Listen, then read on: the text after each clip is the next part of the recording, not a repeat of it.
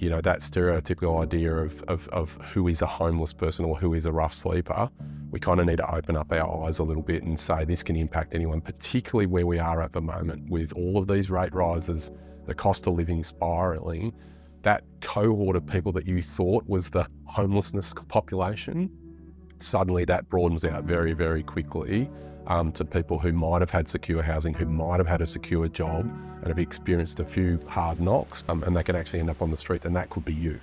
My name's Arron Wood. I'm the former Deputy Lord Mayor for City of Melbourne, and I had this amazing experience where Filthy Rich and Homeless, which is the SBS series where they actually put you on the streets. I mean, it was a real gift, but it was also probably one of the toughest experiences that I've ever had to go through. And my big realisation within a few hours of being on the show was, that the streets are really no place for anyone for, a day, let alone for weeks and months and all the impacts that come with that. I think the other big thing for me was that 3 or 4 nights in, I hadn't slept, and I'd been guilty previously of walking past people on the street and thinking, well, why don't you just go and get a job or, pull yourself together. I felt like I'd aged, years in those first few days. There are so many reasons why someone ends up without a home.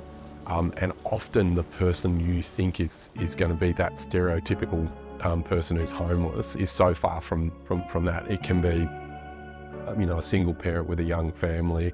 It can be a dad with a child. It can be, a young person who's experienced some mental health issues. There really kind of is no stereotypical view of homelessness.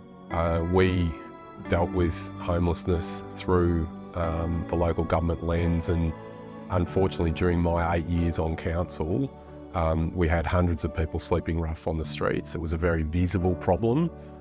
We put in place lots of programs like daily support teams, trying to support more housing, but it really felt like we're only just scratching the surface of the problem, because again, what I learned through my experiences is that rough sleeping is really just that tip of the iceberg.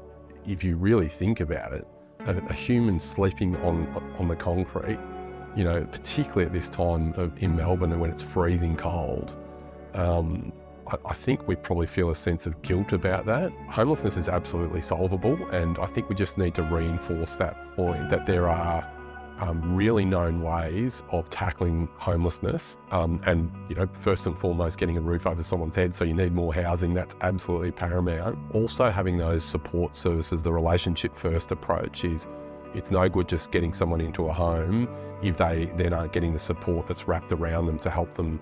Some people are going to need a heck of a lot of support. They might need lifelong support. But interestingly, the other thing I learned through all the research that I did, and solving homelessness, yes, it's a human issue, and yes, it's about compassion, but it's also an economic issue. So for every $1 you spend on housing someone, you actually save nearly $3 in community benefit. So less presentations, to Victoria Police, emergency services, health services, all of these sorts of things. Not only does it make great sense from just being a good human being, but it makes absolute economic sense to get people off the streets as well.